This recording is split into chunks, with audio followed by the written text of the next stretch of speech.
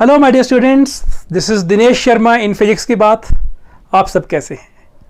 उम्मीद है कि बहुत मज़े से आप काम कर रहे होंगे और एनसीईआरटी का चैप्टर सेकंड पोटेंशियल तक आपने बिल्कुल प्रॉपर कंप्लीटली कवर कर दिया होगा। आज हम शुरुआत करने जा रहे हैं कैपेसिटेंस से।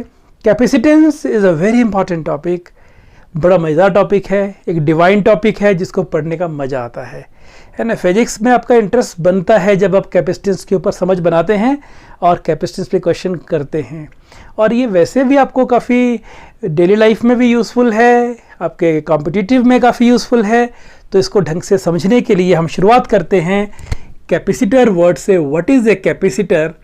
तो कैपेसिटर एक विशेष तरह का एक special device which can store charges. क्या बोले? Which can store charges, right. और चार्ज को होल्ड करने की जो इसकी एबिलिटी है उसी को कैपेसिटेंस कहते हैं। तो ये हुआ नाम डिवाइस का और ये है इसकी प्रॉपर्टी, इसकी एबिलिटी। ठीक है, होता क्या है, मान लीजिए कि मैं कहता हूँ ये पेन मैंने यहाँ रखा और इस पेन को मैं यहाँ से उठाकर यहाँ ले जाता हूँ। तो I am doing the work, is it? और इसमें क्या हो रहा है? पेन में क्या हो रहा है बताइए? इसमें पोटेंशियल एनर्जी स्टोर हो रहा है, एम आई राइट? और ये पेन कहाँ था? In the gravitational field. तो क्वेश्चन ये है कि if you want to store the potential energy in the gravitational field, कैसे करना है? वर्क करके। क्या इलेक्ट्रिक फील्ड के अंदर भी आप पोटेंशियल एनर्जी को स्टोर कर सकते हैं? Very interesting. क्या इलेक्ट्रिक फील्ड में भी पोटेंशियल एनर्जी ऐसे ही हो जाएगा, ऐसे वर्क करके हो जाएगा? बिल्कुल हो जाएगा।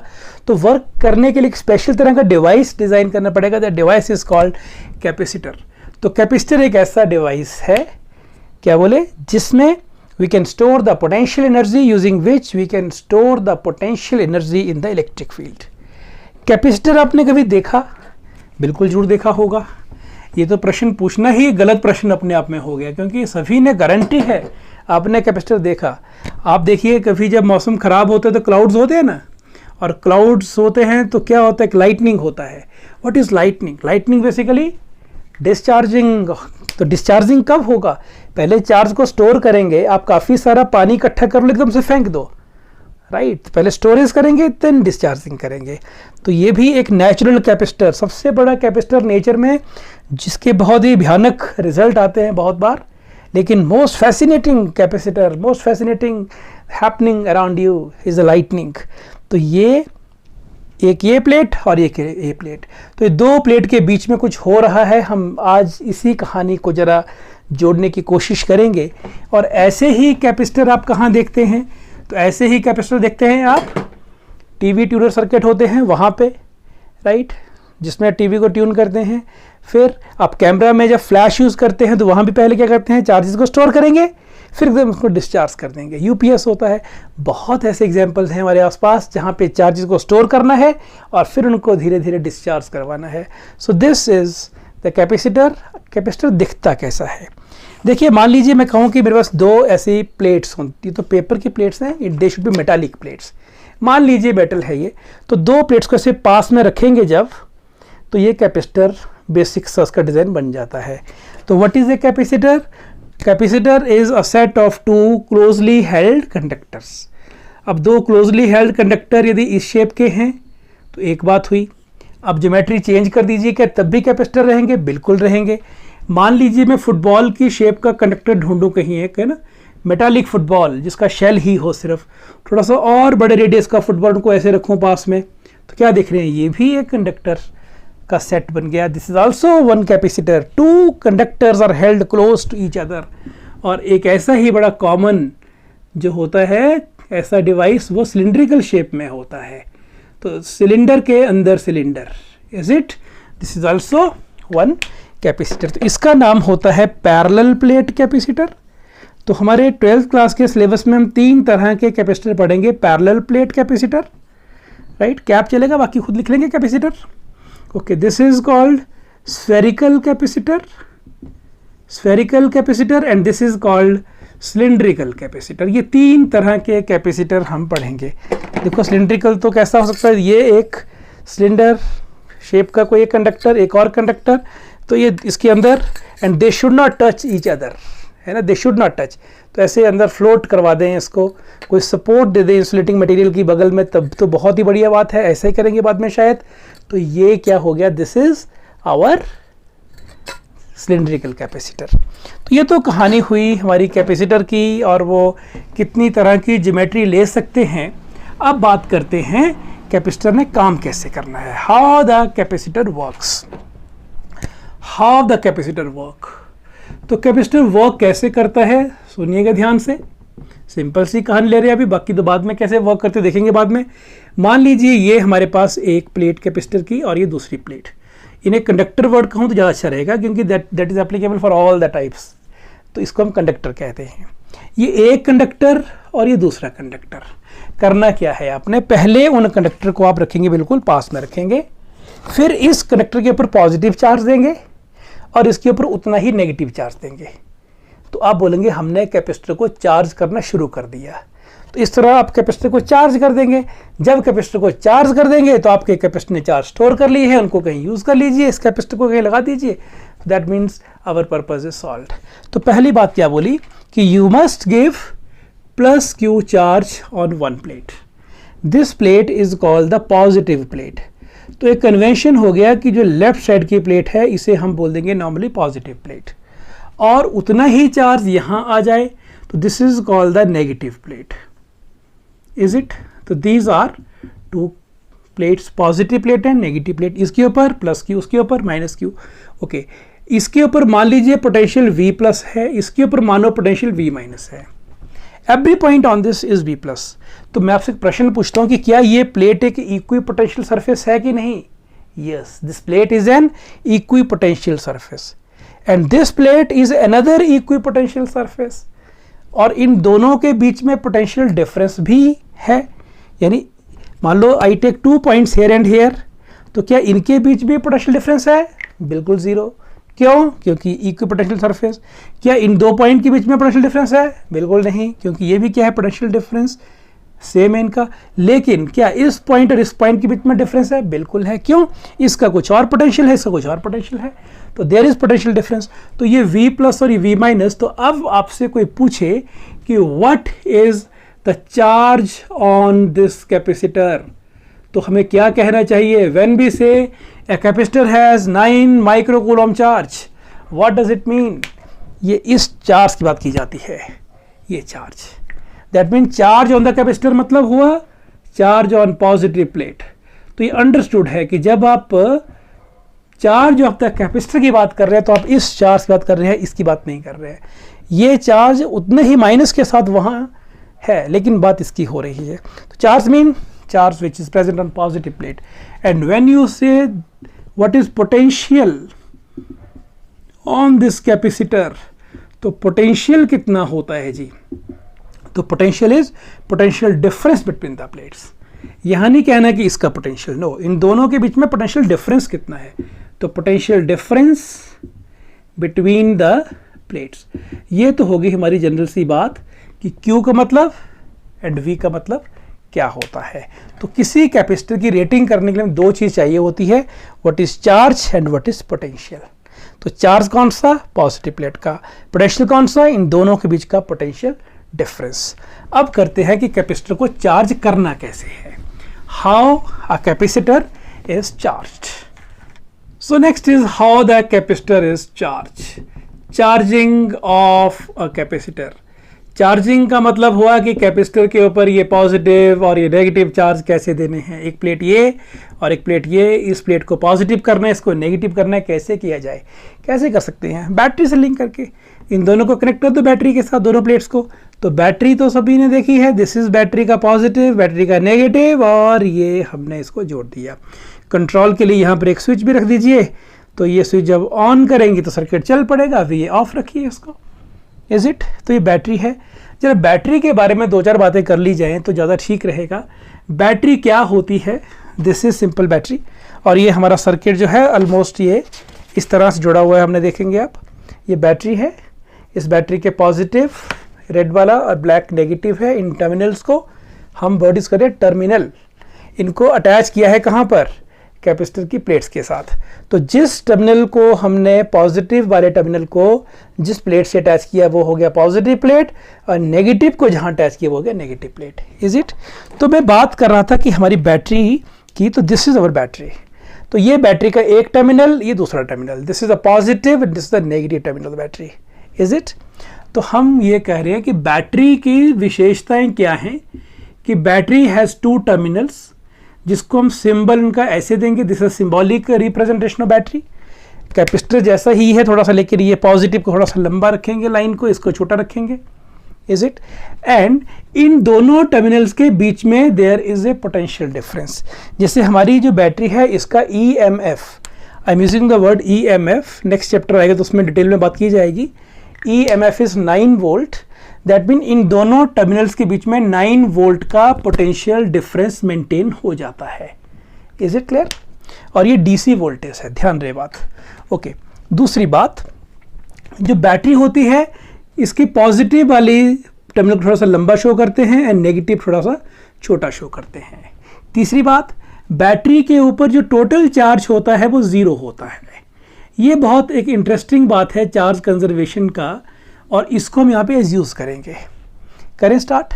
मान लीजिए हमने ये सर्किट को ऑन कर दिया, तो क्या होगा, ये पॉजिटिव है बैटरी का, ये नेगेटिव है।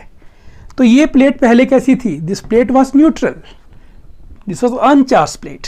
तो क्या होगा, इस अनचार्ज प्लेट से जो इलेक्ट्रॉन है वो देखेंगे toward the positive terminal of the battery आना शुरू करेंगे। They will be getting drifting towards this positive terminal of the battery. और मान लीजिए जब इलेक्ट्रॉन यहाँ से निकल जा रहे हैं तो ये सरफेस हमारा क्या कर रहा है, this plate is losing the charges and this is becoming positive, more positive, और इलेक्ट्रॉन जा रहे हैं और पॉजिटिव हो रहा है। तो धीरे धीरे इसके ऊपर पॉजिटिव चार्ज बिल्ड होना शुरू हो गया। Agree?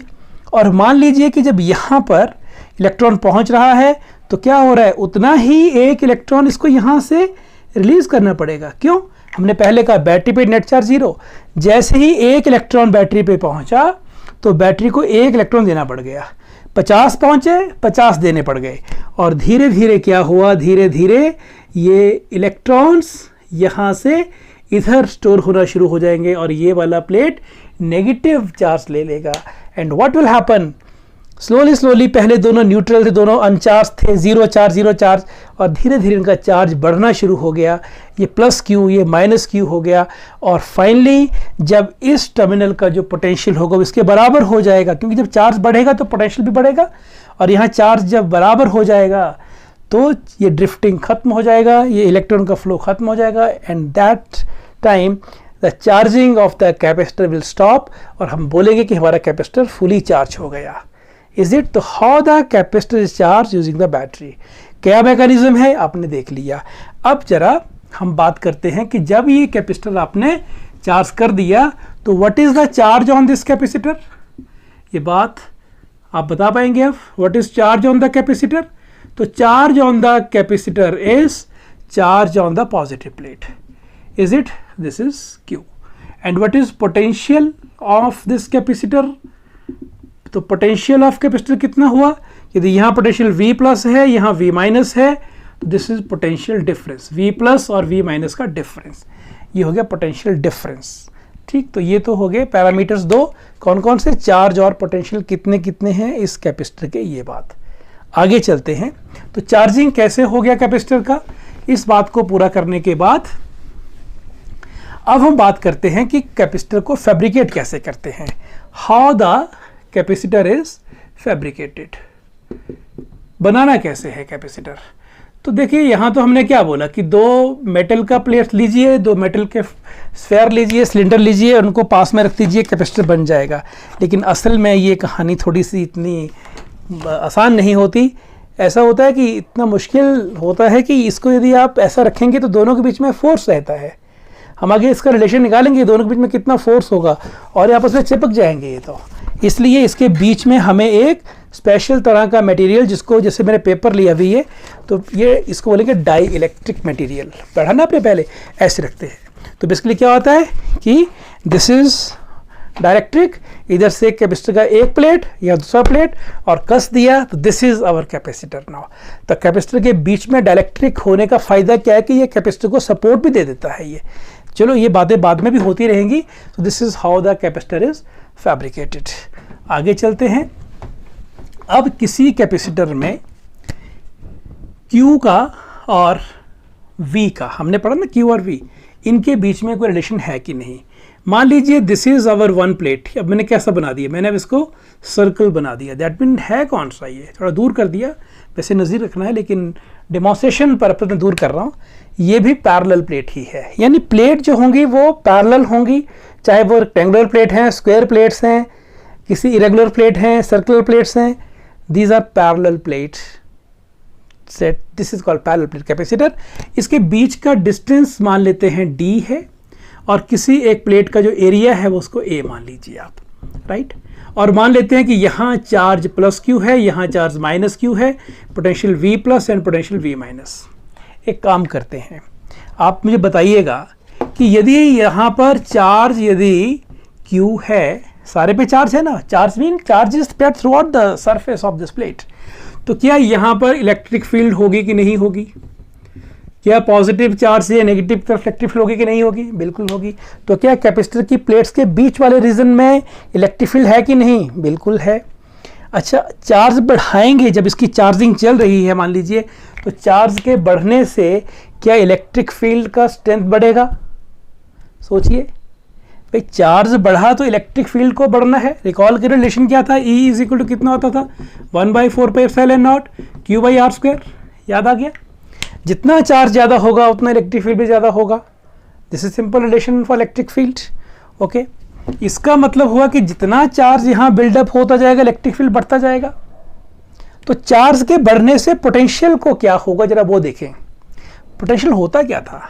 Potential was amount of work done on unit positive charge in bringing it against the electrostatic force, electrostatic field। यही पढ़ा था। तो मान लीजिए एक यूनिट पॉजिटिव चार्ज को आप इस नेगेटिव वाली प्लेट से, दिस इज नेगेटिव प्लेट से यहाँ पर लाना चाहें इस तरफ, तो आसानी होगी कि काम करना पड़ेगा? मुश्किल होगी, बहुत मुश्किल होगी, आपको काम करना पड़ेगा। और कितना काम करना पड़ेगा डिपेंड करता है कि आपको ऑपोजिशन कितना मिल रहा है। ऑपोजिशन कौन दे रहा है? Electric field. उसे कौन डिसाइड कर रहा है? चार्ज। जितना चार्ज कम, बात समझाएंगे, जितना चार्ज कम उतनी इलेक्ट्रिक फील्ड कम। That mean electric field is proportional to charge. जितना इलेक्ट्रिक फील्ड कम उतना ही इस चार्ज को लाने में ऑपोजिशन कम, तो उतना ही वर्क डन भी कम होगा, तो पोटेंशियल भी कम होगा। तो कम चार्ज बने कम पोटेंशियल। और यदि आप यहाँ पर चार्ज को बढ़ा देंगे तो इलेक्ट्रिक फील्ड बढ़ जाएगा। इलेक्ट्रिक फील्ड बढ़ेगा तो इस चार्ज पे ज़्यादा फोर्स लगेगा, आपको ज़्यादा काम करना पड़ेगा लाने के लिए। दैट मीन पोटेंशियल भी बढ़ जाएगा। तो इसका मतलब ये हुआ कि Q is proportional to V। Simple हम ये कह सकते हैं कि charge and potential they are proportional to each other. Is it? तो हमारा स्टेटमेंट क्या हुआ, तो इसको मिटा दिया जाए and let us right the statement now. तो ये मास्टर इक्वेशन बनने जा रहा है हमारे कैपेसिटर का, Q is proportional to V, और इक्वल टू साइन लगाएं तो यहाँ कांस्टेंट ऑफ प्रोपोर्शनलिटी बन गया C, तो Q is equal to CB। अब ये आपका ब्रह्म वाक्य है, this is the master equation of the capacitor and here C is called capacitance.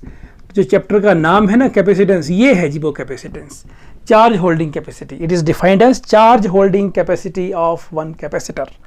Is it? तो दिस इज C। और यहाँ से देखिए इस इक्वेशन से C क्या बन जाता है, C is Q/V। That mean Q का और V का रेशियो कांस्टेंट होता है। क्या ये बात सही है? बिल्कुल सही है। C is Q/V। Is it? ये रिलेशन बिल्कुल वैसा ही है जैसे ओम लॉ पढ़ा था आपने 10th क्लास में, ओम्स लॉ, और वहाँ आपने क्या पढ़ा था, V is equal to IR पढ़ा था, याद आए? V इज IR और R क्या बोले थे, R is equal to V/I, यानी V का और I का रेशियो भी क्या था, कांस्टेंट था। यहाँ Q और V का रेशियो कांस्टेंट है। उसे रेजिस्टेंस कहा था, यहाँ पर कैपेसिटेंस कहा था, लेकिन काफ़ी इन दोनों में समानताएं हैं। देखें क्या समानता है, ये रेजिस्टेंस है हमारे पास, ऐसा बनाते थे। मुझे बताइए क्या ये रेजिस्टेंस जब आपके हाथ में है, चाहे वो कलर कोडिंग वाला रेजिस्टेंस हो जिसको आप कोड करते हैं, कलर कोडिंग कुछ ने कर लिया है, मैंने एक वीडियो दिया था एक, उसको फॉलो करिए, colour coding of the carbon resistors, या सेकंड चैप्टर में आएगा वैसे अभी ये। तो जो रेजिस्टेंस है क्या ये पोटेंशियल पे डिपेंड करता है? बिल्कुल नहीं करता है। क्या ये आई पे डिपेंड करता है? बिल्कुल नहीं करता है। किस पे करता है डिपेंड फिर ये? तो ये डिपेंड करता है किसके ऊपर? लेंथ ऑफ द कंडक्टर और एरिया के ऊपर। याद आ गया, R is equal to rho L by A किया था आपने। रेजिस्टिविटी ऑफ द मटेरियल पे करता है, लेंथ, एरिया, क्रॉस सेक्शन, ये इन पे करता है।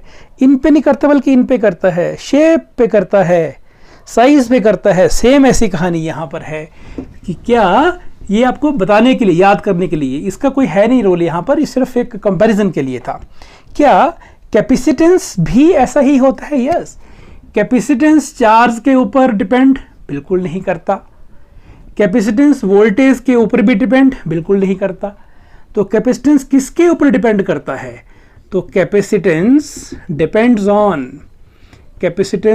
On geometry of the capacitor. It depends on geometry. Geometry बोलें तो शेप एंड साइज। ज्योमेट्री मतलब shape and size of the capacitor. मतलब यह हुआ कि यदि कैपेसिटर पैरेलल होगा तो कुछ और फार्मूला होगा, ऐसा समझे। यदि कैपेसिटर हमारा स्फेरिकल होगा तो कुछ और फार्मूला होगा, ऐसा समझे। और यदि हमारा कैपेसिटर सिलिंड्रिकल तो कुछ और फार्मूला होगा। बिल्कुल यही बात है। कैपेसिटर का शेप चेंज करेगा, उसका ज्योमेट्री चेंज कर जाएगा तो उसका फार्मूला भी टोटली चेंज हो जाएगा। तो ये हुआ हमारा कैपेसिटेंस। और अब इस कैपेसिटेंस के यूनिट की बात की जाए, इसके डायमेंशनल फार्मूला की बात की जाए, तो कैपेसिटेंस का SI यूनिट होता है, सोचिए क्या होना चाहिए? SI unit of capacitance. जब भी किसी का यूनिट लिखना हो क्वांटिटी का तो what you do? Right the formula, C is Q by V, charge by potential. क्या होता है चार्ज का फार्मूला?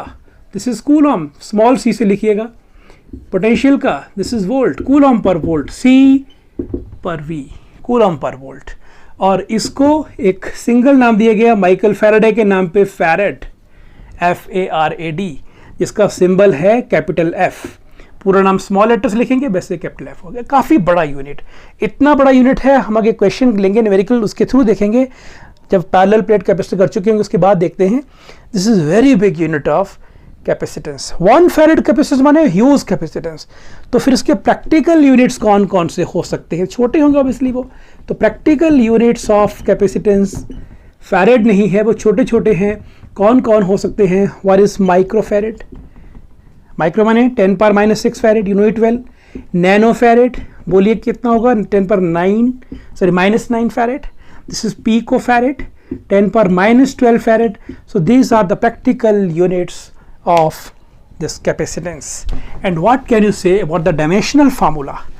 Dimensional formula capacitance का आप लिख पाएंगे? Dimensional formula या तो पूरा लिखो, dimensional formula of capacitance, और इतना लंबा नहीं लिखना है तो capacitance और ये स्क्वायर ब्रैकेट क्वांटिटी के साथ में लगाओ square bracket. It mean dimensional formula of capacitance कितना होगा, यही फार्मूला चलेगा। फार्मूला क्या होता है? C is Q by V। That mean क्या करना पड़ेगा? Q का dimensional formula divided by V का डायमेंशनल फार्मूला। चलो Q तो ठीक है, पता हमें 80 होता है। V क्या होता है? Potential. What is potential? Work done on the unit charge. Work done on the unit charge, तो चार्ज ऊपर, तो Q2 हो गया, डन। Q का क्या होता है formula? 80। Q is 80, power is 2, work is mL2 t minus 2, and what that becomes? That becomes m minus 1 L minus 2 t. Minus 2 goes in the numerator, plus 2 4, t is 4 and A is 2. So this is the dimensional formula for capacitance. Is it clear? Okay. अब जरा आगे बढ़ने से पहले मैं आपको एक बात बताऊं, एक और बात याद आई कि जैसे आपके कैपेसिटर और कहाँ कहाँ हो सकते हैं। आपका होता है ना लिफ्ट पंप होता है, टुल्लू पंप जिसको बोलते हैं। लिफ्ट पंप में जो मोटर होता है उसके ऊपर भी एक ऐसा सिलिंड्रिकल सा शेप का एक लगा होता है कुछ डिवाइस, दैट इज कैपेसिटर। और ये मोटर को स्टार्ट करता है। यदि कैपेसिटर प्रॉब्लम आए आपका मोटर एकदम स्टार्ट नहीं होता। सेम ऐसा देखते हैं कई बार क्या होता है, घर में हमारे सीलिंग फैन लगा हुआ है ना, ठीक, सीलिंग फैन लगा हुआ और अचानक से क्या होता है, सीलिंग फैन हमारा रुक रुक के चलता है। तो क्या क्या करते हैं उसके हम कई बार डंडा लगाते हैं, उससे लगाते हैं ना डंडे से, और वो चल पड़ता है। कारण क्या है कि उसको स्टार्ट के लिए स्टार्टअप जो करंट चाहिए नहीं मिल पा रहा है। तो करंट कौन देगा? तो हमारे फ़ैन के अंदर ही यहाँ पर एक इसी तरह का एक बड़े सेल जैसा एक डिवाइस लगा होता है जिसको हम कैपेसिटर कहते हैं। तो कैपेसिटर चार्ज को स्टोर करता है और उसको फिर टाइम पढ़ने उसको हम यूज़ कर सकते हैं। कैसे कैसे होते हैं? ये सिलिंड्रिकल कैपेसिटर हैं सबसे कॉमन। हम जो कर रहे हैं ना, ये कौन से वाले, पैरेलल प्लेट। ये पैरेलल प्लेट डिमॉन्स्ट्रेशन पर्पज़ के लिए बहुत बढ़िया है ये, लेकिन these are less common, more general but less common. ये आपको मिलेंगे नहीं, कहीं दिखेंगे नहीं, कहीं आपको ये बड़े कम दिखते हैं, होते हैं लेकिन कम दिखेंगे, ज़्यादा आपको ये सिलेंड्रिकल दिखेंगे। तो लेकिन डिमॉन्स्ट्रेशन में इनको समझने का बड़ा मज़ा आता है, इसलिए हम इनको यूज़ कर रहे हैं। Is it clear? Okay, next is what is the symbol of capacitor. तो सिंबल ऑफ कैपेसिटर आपने देख ही लिया कैसा कैसा होता है। तो एक तो आपने देखा कि ये दिस इज़ अ सिंबल। कई बार ऐसा नहीं करना है तो इस तरह का पॉजिटिव प्लेट, और ये भी कैपेसिटर का सिंबल है, ठीक। तो normally this two are called fixed capacitor. Fixed capacitor mean कि जितनी मार्किंग कर दी इनकी वही वैल्यू कैपेसिटर का, वही कैपेसिटेंस रहेगा। लेकिन कई बार हम कैपेसिटर को वेरी भी करते हैं, इसकी कैपेसिटेंस को, राइट। तो if we can vary then एक एरो लगा दिया इसके ऊपर, इस तरह के सर्किट के ऊपर। तो this is called variable capacitor. अब जब मुझे एक बात बताइए, ये जो कैपेसिटर बना रहे हैं तीनों में से कौन सा, हमने कहा ना जो पैरेलल प्लेट, स्फेरिकल, सिलिंड्रिकल, ये कौन सा है? This is almost resembling parallel plate, लेकिन this symbol is commonly use for all the types of capacitors और कंडेंसर्स। क्या बोलते हैं इसको? और कंडेंसर्स। ये भूलना नहीं है, पहले भी बात हुई थी ना, कंडेंसर्स। तो कैपेसिटर और condenser one and same thing. तो इससे पहले कि हम how to calculate the capacitance की बात शुरू करें, सबसे पहले हम एक बात छोटी सी कर लेते हैं, एक न्यूमेरिकल ये है कि when capacitor is connected to 9 volt battery, है ना, अभी दिखाया था बैटरी आपको।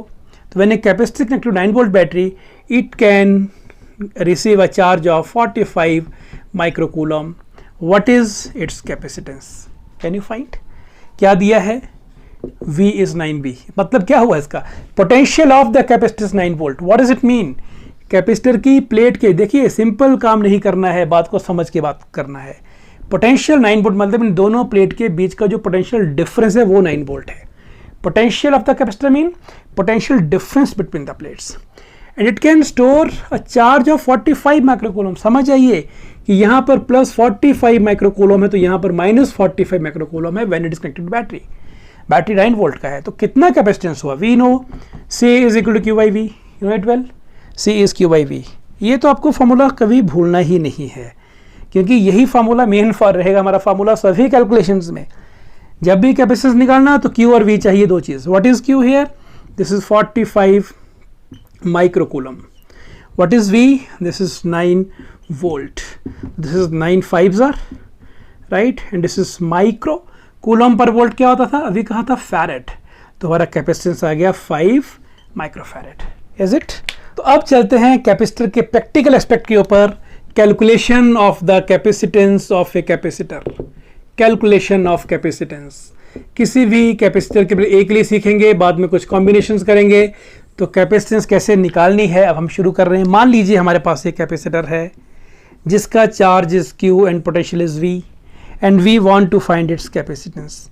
यही तो ट्रू रूट बना है, पहले हमें चार्ज चाहिए, फिर V चाहिए, फिर C चाहिए। तो पहले चार्ज फिर V। V कहाँ से आएगा? E से। तो सबसे पहला स्टेप क्या होगा? फर्स्ट स्टेप ये है कि provide the plus Q and minus Q charges to the plates of the capacitor. That means plus Q on the positive plate and minus Q on the negative plate. तो पहले तो ये charge आप provide कर दीजिए। जब charge decide आपके हो जाएं, then find the electric field in terms of charge.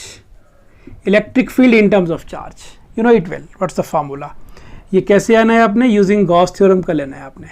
तो using Gauss theorem you find electric field. Once you know the electric field, तो इलेक्ट्रिक फील्ड को पता ही आपको, जब हम D के साथ लिंक करते हैं तो हमें पोटेंशियल मिल जाता है। Then you find the potential. Potential कहाँ पे? Potential difference between the plates. Potential means you find the potential difference between the plates. तो आपके पास Q मिल गया यहाँ से, V मिल गया यहाँ से। Once Q is known, V is known, then चौथे स्टेप में C निकाल दीजिए। सीधा Q को V से डिवाइड कर देना है, आंसर निकाल देना है। तो कोई भी क्वेश्चन हो, पैरेलल प्लेट कैपेसिटर को हो, स्फेरिकल का हो, सिलेंड्रिकल का, कोई और क्वेश्चन हो, सब में ये क्वेश्चन करना। आपने पहले Q डिसाइड करिए, फिर E निकालिए, E का यूज़ करके V निकालिए एंड देन फिर C निकाल दीजिए। Is it? तो अब हम आगे काम शुरू करते हैं। How to calculate the capacitance of a parallel plate capacitor. So question is, what do you mean by parallel plate capacitor, and derive an expression for the capacitance of parallel plate capacitor. This is a good question to understand the behavior of capacitors. So what is a parallel plate capacitor? So when two large plates, right, which are made of conducting material, you can write when two large conductors are held close to each other, that forms a parallel plate capacitor. And is parallel plate capacitor, what should be there? This is one plate, this is second plate. तो सबसे पहली assumption यहाँ पर ये होनी चाहिए कि जो प्लेट का एरिया है that should be much large as compared to this distance between the plates. उसका कारण क्या है? ताकि फील्ड यूनिफॉर्म रहे, क्योंकि यदि प्लेट छोटी साइज की होगी तो कॉर्नर्स पे फील्ड लाइन बेंड होगी, वहाँ फ्रिंजिंग होगी। तो to neglect the fringing, to avoid the fringing, what we should do? We should keep this area much large as compared to D. तो इसलिए this is the basic idea, basic assumption about the capacitor. So मान लीजिए कि this is D is the distance between the plates, let A is the area of plate, right?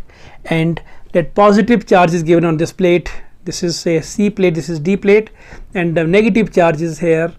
Potential is V plus here, potential V minus here. तो हमने general लिख दिया कि कौन चीज़ कहाँ पे है। अब हम शुरू करते हैं, जो पिछले जरा हमने स्क्रीन पे फ्लो चार्ट लिया, उसके अकॉर्डिंग बात करना शुरू करते हैं।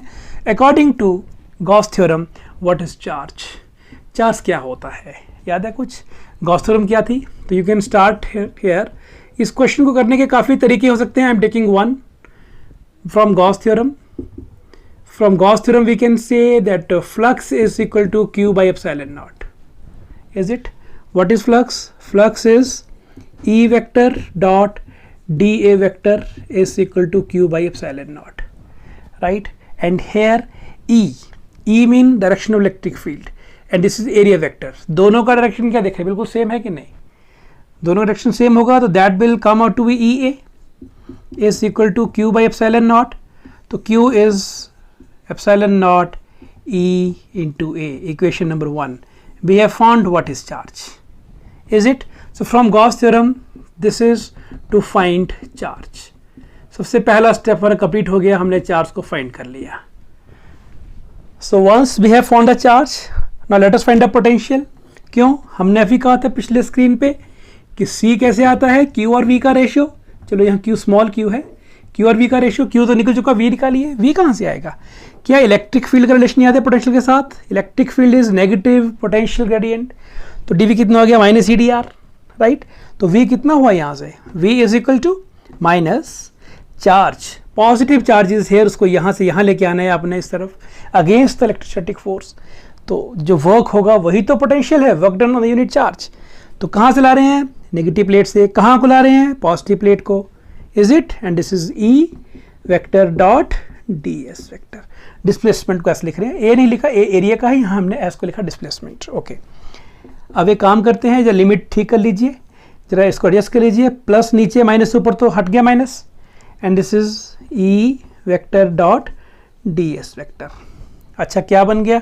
अब E और डिस्प्लेसमेंट वेक्टर, इन दोनों की बात करिए, है ना?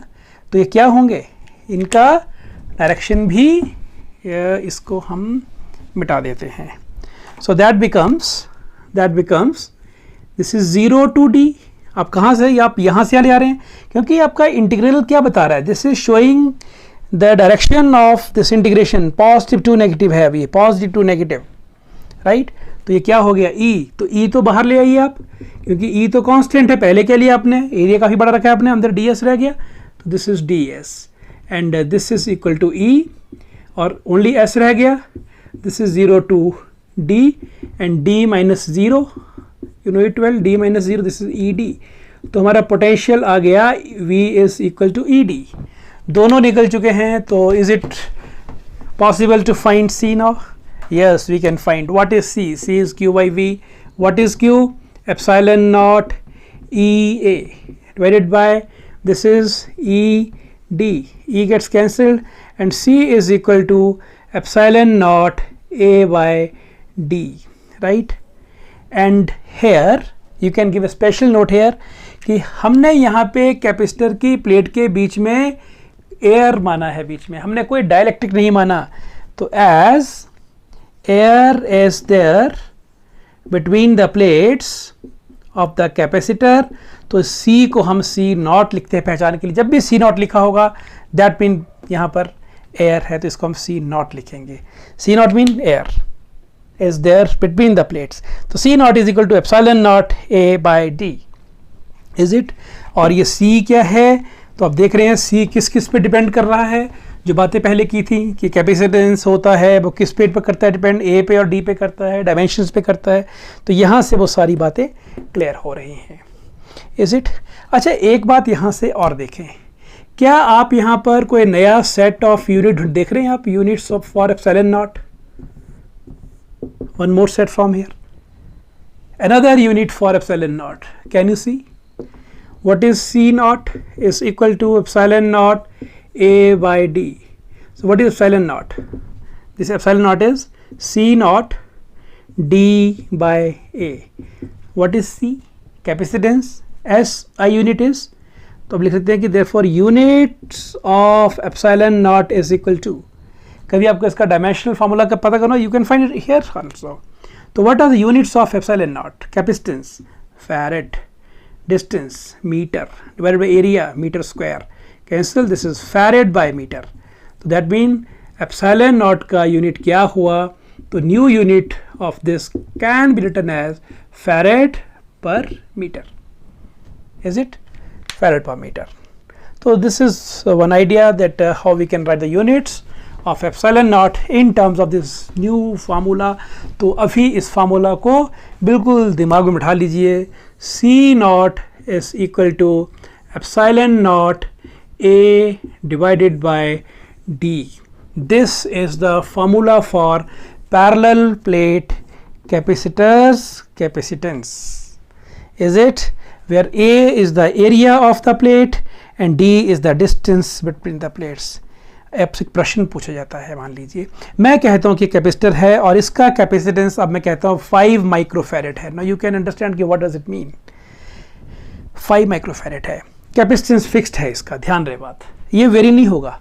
व्हेन आई से 5 माइक्रोफैरेड कैपेसिटर दे दिया तो दे दिया, उसको बार बार वी कांट चेंज, वो उसकी वैल्यू है.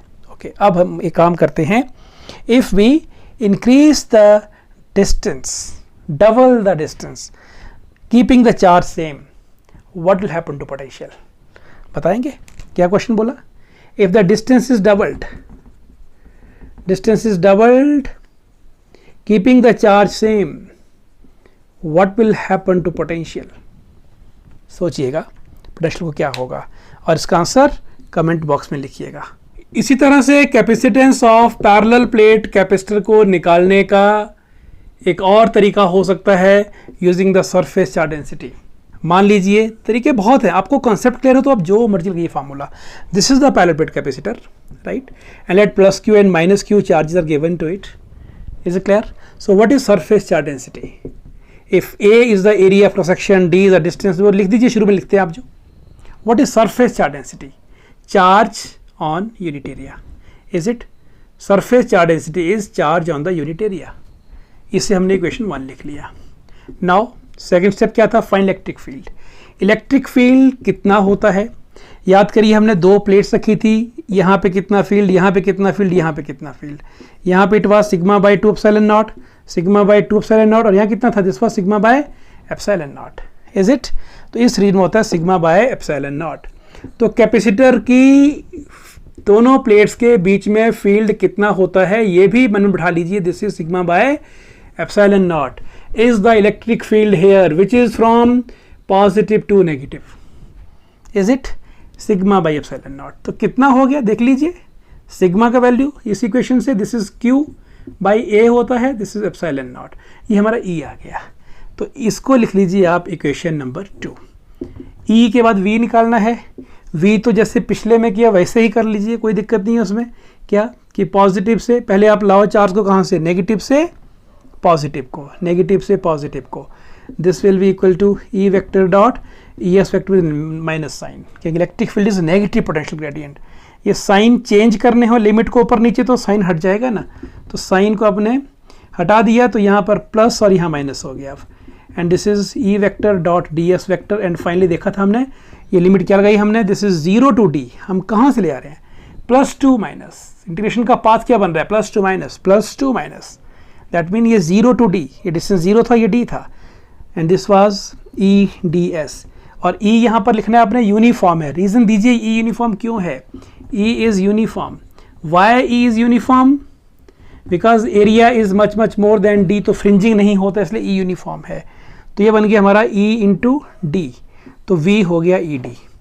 तो अब निकाल दीजिए c, है ना, ऐसे निकालते थे, तरीका जो मर्जी हो, अल्टीमेटली फ्लो चार्ट तो सेम ही है ना। c is equal to Q, small q लिखा हमने यहाँ पर, small q by v, by v निकाला आपने, v is E D, and q कितना हुआ यहाँ से, q is, yes from this equation q is equal to, इसको लाइए यहाँ पर, ई ए एप्सिलॉन नॉट, तो this is equal to E A epsilon nought by E D, तो ये e कट गया, this is epsilon not a by D. तो ultimately ये वही आ गया, सिर्फ हमने यहाँ पर सरफेस चार्ज डेंसिटी का यूज़ किया, बाकी देखने इक्वेशन सेम वही आ रही है, जैसे मर्जी करना तरीका सेम ही होगा। This was all regarding the parallel plate capacitor. I hope idea is clear to you. इसके ऊपर प्रैक्टिस करिएगा, अब हम इसी के ऊपर इनोवेशंस करेंगे। अभी हमने पैरेलल प्लेट कैपेसिटर के बीच में क्या लिया, अभी हमने लिया इसके बीच में सिर्फ एयर। देखो इसमें क्वेश्चन आपके क्या क्या बनेंगे, और क्योंकि समझ आपको क्यों आना चाहिए, अभी हमने सिर्फ एयर लिया। अब हम क्या करेंगे, बीच में थोड़े से पार्ट में डाल देंगे, इसमें डाई इलेक्ट्रिक डाल देंगे, डाई इलेक्ट्रिक मटेरियल, फिर कोशिश करेंगे इसको पूरे में भर दें, तब भी क्या होगा, तो ये भी क्या होगा, दिस इज आल्सो डाइलेक्ट्रिक। फिर हम बीच में भर देंगे, मेटल भर देंगे, this is metal now, right. या फिर हम इसकी दोनों प्लेट्स को आपस में जोड़ देंगे मेटल की वायर से, तो क्या होगा। तो पैरेलल प्लेट के ऊपर काफ़ी डिस्कशन होने वाला है। Let us take a simple question, calculate area of plates of 1 farad capacitor. क्या लिखा है यहाँ पर, this is written as 1 farad capacitor, that mean capacitance is equal to 1 farad, SI में चाहिए, बिल्कुल दिया हुआ है। हैविंग 1 सेंटीमीटर सेपरेशन, यानी d is equal to 1 centimetre, centimetre 10 power -2 metre, यानी जो हमारा पैरेलल प्लेट कैपेसिटर है, इसमें प्लेट्स के बीच में जो d दिया हुआ है वो दिया है 10 पावर -2 मीटर, और area of the plate is to be found, calculate area of the plates. Is it clear. तो ए कैसे आएगा, what is the formula, c is equal to c nought लिख लीजिए आप, this epsilon nought a by d, is it.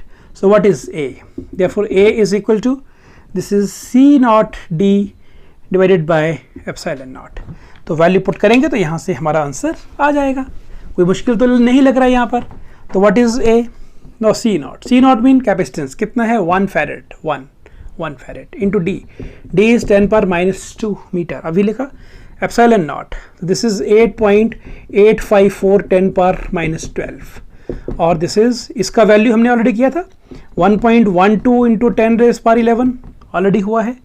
1 by epsilon nought का value हमने पहले कहा था कि right straight away 1.1 to 10 power 11 value लिख दिया, into 10 power -2, then 1.1 to 10 raise power 9 metre square. देखिए ये हुआ हमारा प्लेट्स का एरिया, यानी लेंथ इंटू ब्रेथ करें तो कहाँ बात जा रही है, 10 पावर 9, ये तो किलोमीटर में बन गई plate.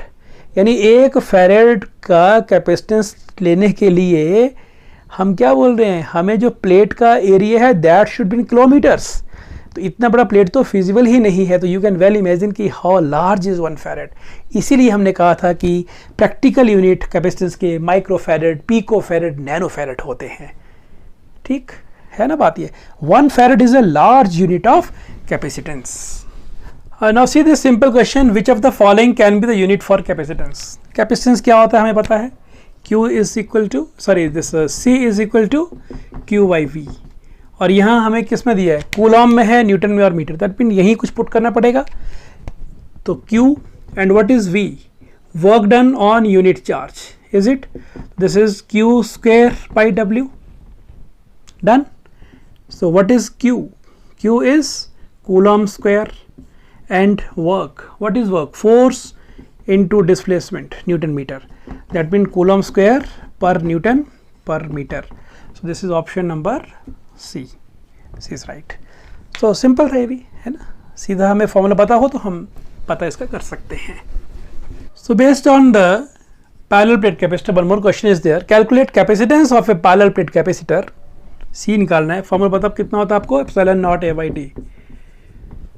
Having 20 by 20 centimeter area and this square plate है and distance is 1 millimeter. Everything is given. तो what is area? ढंग से लिखना आपने इसको 20 in 20, 400 centimeter square. तो centimeter square mean 10 raised power minus 2 4 meter square. That become 4 into 10 raised power minus 2 meter square area. And what is D? 1 millimeter, 10 minus 3 meter. And what is epsilon naught? You know it well. 8.854 units. इसका value है. Put the values and get the answer. So solve it. Answer should come out to be the range of 350 picofarad. 350 10 per minus 12 farad. So these are some idea, some questions regarding parallel plate capacitor. तो आज हमने capacitor क्या होता है and what is parallel plate capacitor वहाँ तक बात पहुँचाई है. इसी बात को अब आगे लेके चलेंगे. तो ये काम पूरा करिएगा तो आपको आगे ज़रा और मज़ा आएगा. ठीक, तो ये सारा काम करिए. Take care and do the work properly. Thank you very much.